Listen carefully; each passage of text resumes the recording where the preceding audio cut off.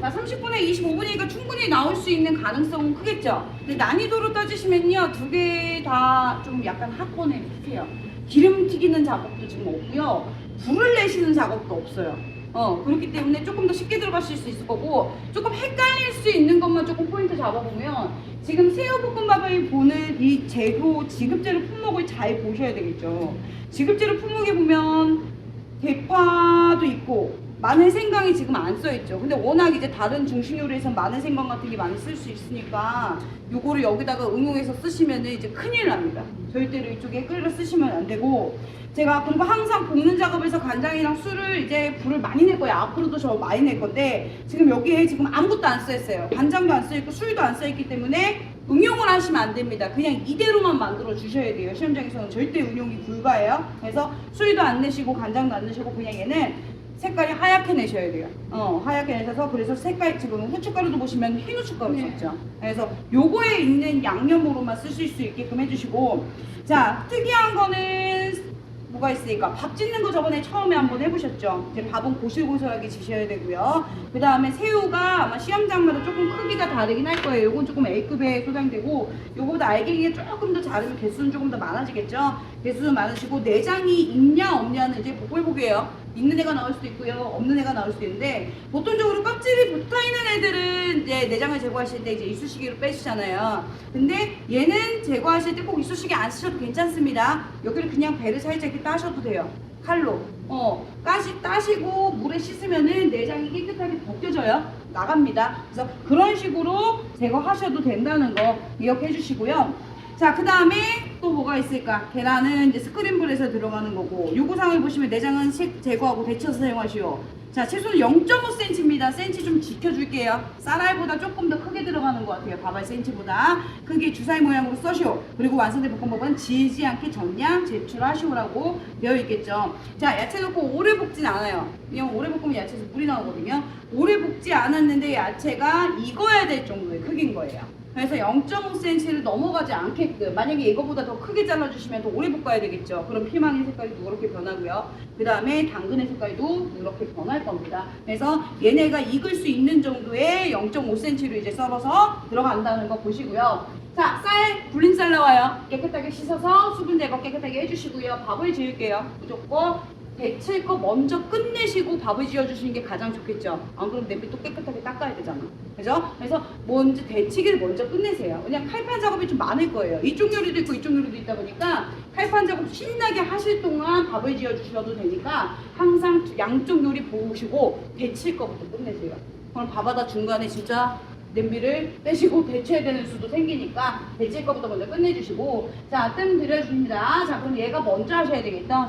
데치기 먼저 하시고 이제 밥을 지어주시면 돼요. 자, 불린 쌀 기준으로 했을 때 부피로 보면 1대1의 비율로 둡니다. 부피로.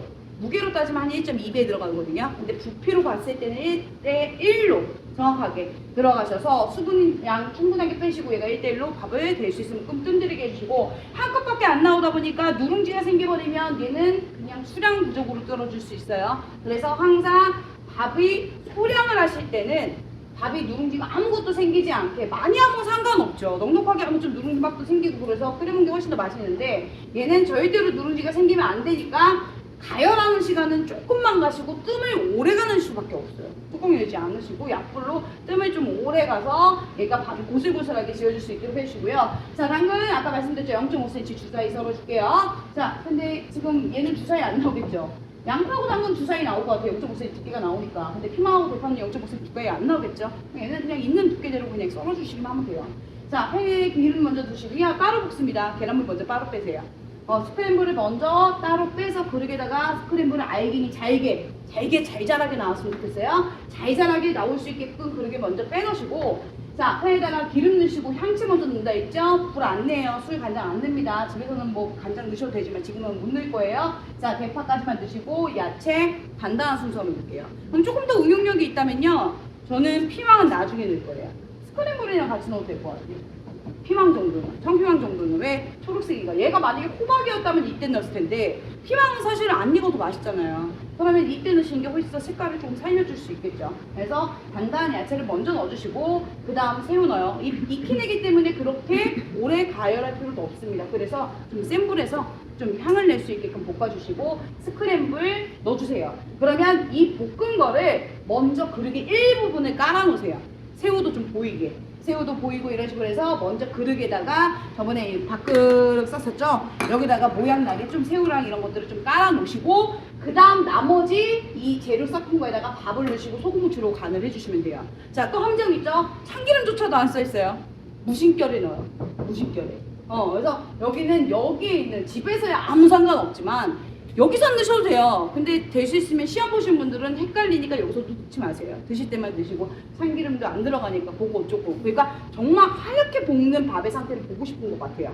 불을 좀 쓸 수 있는 능력. 그래서 밥에 참기름이 들어가도 색깔이 변하니까 눌렀다고 착각할 수도 있잖아요. 그래서 좀 참기름조차도 아무것도 들어가지 않고 하얗게 볶아내시는 게 가장 중요하다는 거 이제 보시면 되고. 자, 계란탕 같은 경우는 자, 얘가 우리나라 탕하고 다르죠. 밥이랑 같이 먹는 게 아니고요. 수프하고 죽 같은 애예요. 그래서 농도를 맞추고 그 다음에 얘를 좀 많이 담아냅니다. 맑은 마른 탕이지만 우리는 밥이랑 같이 먹기 때문에 이런 그릇에 담죠. 근데 얘네는 이게 식사예요. 아침 식사 같은 개념이기 때문에 큰 그릇에 담으셔야 돼요. 자, 그거를 어디서 할 수 있냐면 여러분들 거기 육수하고 물 양 써있죠. 몇 개 다 있어요? 250 나와 있어요. 그죠? 그러니까 450 나와 있죠. 그럼 2컵 이상 넣으라는 거예요. 2컵 이상을 넣는다는 거는 양이 많다라는 거죠. 근데 이게 가끔 밥이랑 같이 먹는 건지 착각해갖고 요런 그릇에다가 조금 담아내시는 분들 있어요. 그러면 이거는 달걀탕에 맞지가 않는 거죠. 대접에다가 이게 식사니까 항상 일품요리라고 하죠. 안락같은 음식 이 하나로 완벽한 식사가 될 수 있는 거. 우리나라 뭐 있어요? 비빔밥, 냉면, 국수 이런 것들이 이제 일품 요리잖아요. 얘는 이 자체가 일품 요리입니다. 그래서 좀 넉넉하게 담아낼 수 있도록 해주시고요. 자, 죽순내삼 데칠게요. 채 썰어주시고 표고대파 이제 채 썰어요. 자, 중심 좀 쉽다 했죠. 다 채 썰기 시작하니까 다 채 썰었어요. 전부 다 몇 센치로? 4cm로. 요거 사람 되게 간단해요. 2개밖에 없잖아. 그래서 4cm로 다 그냥 다듬어 주시고요. 돼지고기조차도 4cm 비슷하게 그냥 채 썰어 주시면 돼요. 양념도 안 해요. 한식처럼 뭐 간장 잡게 풀파마 이것도 안 해. 이게 이제 채만 이쁘게 썰어주시면 돼. 그래서 핏물만 제거해 주시고. 자, 냄비에다가 시험장에는 육수 안 나오죠. 오늘은 제가 드릴 건데 시험장에서 그냥 물 씁니다. 맹물 2컵 반 정도에다가 돼지고기 찬물부터 넣고 끓여요. 이게 육수가 될 거예요. 근데 맛은 없죠. 사실 이대로 끓이면. 그래서 오늘은 여러분들은 육수를 쓰시지만 만약에 집에서 이렇게 된다면 진짜 맛이 없을 거예요. 조금이라도 이제 좀 육수가 들어가야 맛있고, 제가 닭고기로 이제 육수를 끓이시면 보통적으로 닭발로도 육수를 굉장히 많이 끓입니다. 콜라겐 같은 게 많이 나오기 때문에 닭발로도 많이 끓이고요. 자, 이게 제일 중요해요. 여기서 제일 중요한 거는 거품 제거예요. 왜냐하면 요구사항이 두 번째로 뭐라고 써 있어요. 4cm 썰라고 돼 있고 그 다음에는 국물이 밝게 끓이라고 돼 있어요. 그죠? 걸르면 안 되잖아요. 이걸 어떻게 무슨 수로 걸을 거예요? 돼지고기 칠성거랑 이런 걸 다 끓였는데. 그러면 얘는요, 거의 거품이 제거, 이거 얘네 넣기 전에, 얘네 아무것도 넣기 전에, 이거 다 넣고 거품 제거하려면 너무 힘들어요. 이거 다 골라놔야 되니까. 이거 하기 전에 충분하게 센 불로 끓이세요. 그러면 거품이 생깁니다. 거품이 생기는 걸 스키머하면서 충분하게 다 제거를 해주셔야 얘가 맑아질 거예요. 돼지고기 찬물이 넣기 때문에 뿌옇게 다 우러나오기 시작하거든요. 그거를 한번 세게 끓이면 단백질이나 이런 것들이 위로 올라서 익어요. 그럼 거품이 형성이 됩니다. 그거를 충분하게 제거해 주시면 얘가 국물이 다시 맑아지기 시작할 거예요. 그래서 국물이 맑아졌구나라는 거 내 눈으로 먼저 확인해 주시고 그 다음에 죽순, 해삼, 표고 넣을 거예요. 근데 워낙 얇게 썰어놨기 때문에 여기까지만 해주시면 나머지는 뭐 크게 오래 할 필요는 없으세요. 그래서 얘네 넣으시고 팽이대파 넣고 소금이랑 배고추인데 간장 써있죠. 진간장 색깔만 약간 오늘 같은 경우는 육수 쓰시면 그렇게 많이 안 내는데 이 정도 색깔 내시면 돼. 육수인 척 하는 거예요. 요 정도 색깔로 이제 내시면 될 것 같고요. 전분으로 농도를 맞출게요. 자, 죽보다는 묽어요. 죽보다는 묽고요. 스프 여러분들이 드시는 그 돈가스집에 나오는 그 스프보다는 조금 묽어요. 걔보다는 조금 묽지만은 참기름보다도 조금 더 걸쭉하셔야 되고요. 얘를 정확하게 이제 농도를 맞추기는 조금 제가 이렇게 설명해 드리기는 좀 애매한데 뭐 그걸 딱 맞출 필요는 없겠죠. 조금 묽은 사람도 있고 좀 되직한 사람이 있는데 나중에 이거 숟가락으로 이렇게 뚝뚝뚝 했을 때 뚝뚝 떨어진 느낌이 아니라 이렇게 쭈르륵 하는 느낌이 나셔야 돼요. 그렇다고 해서 맹물은요, 여러분들 이렇게 내리면 이렇게 무르르는 소리가 나요. 이 무르르는 소리가 안 나고요. 쭈룩쭈룩 소리가 안 나고 약간 이 물줄기 타고 내려서 이런 소리는 안 날 거예요. 그렇다고 해서 똑똑 떨어지는 느낌도 아닐 거고, 이거는 제가 이따가 가열하면서 보여드릴게요. 전분농도 맞추시고 계란을 주라이 쳐달래요. 자, 걔네 다 채 썰었죠. 계란도 마치 채 썰어놓은 것처럼. 네, 들어가실 건데 이 계란 주라를 치시는 게 가장 이제 좋은 그 원리가, 필기하면은 이제 계란의 응고 온도나 이런 것들을 배워요. 계란의 응고 온도는 흰자는 65도에서 붙어 있고 60도에 있고 노른자는 65도에서 붙어 있고요. 그럼 얘네 두 개가 다 합쳐졌으니까 보통적으로 한 70도는 돼야 익을 수가 있다는 거예요. 근데 얘가 전분까지 들어가 있고 얘를 세게 끓여버리면 물이 계속 회전이 되겠죠. 회전이 되어 있는 상태에서 계란을 줄줄줄 누르면요, 계란이 회전을 해요. 주라이 절대 안 나옵니다. 위에 떠 있어야 돼요. 내가 계란을 주라를 쳐가면서 그 내가 마치 그 계란을 캔버스에 그림 그리듯이 일자로 이렇게 나와 있어야 돼요. 그래서 절대로 전분을 먼저 푸고 들어가셔야지. 가끔 헷갈리거든. 주라에 치고 전분 넣는 사람 좀 많이 봤어요. 그러면 못 뜨죠. 계란이 어떻게 떠 있어요? 떠 있을 수가 없습니다. 전분을 반드시 푸시고 그 위에다가 그림 그리듯이 정말 이렇게 일자로 계란을 얇게 나오세요. 그러면 일반 그릇보다도 제일 좋은 게 저는 계란컵이에요. 두둑이 나와 있죠. 그래서 얇게 나올 수 있습니다. 얇게 나오시고 얘는 계란물이 조금씩 나와야 되니까 천천히 나와야 되겠죠. 천천히 나오시고 이 젓가락을 여기서 주라에 치시면 돼. 얘는 빠르게 치시는 게 좋겠죠.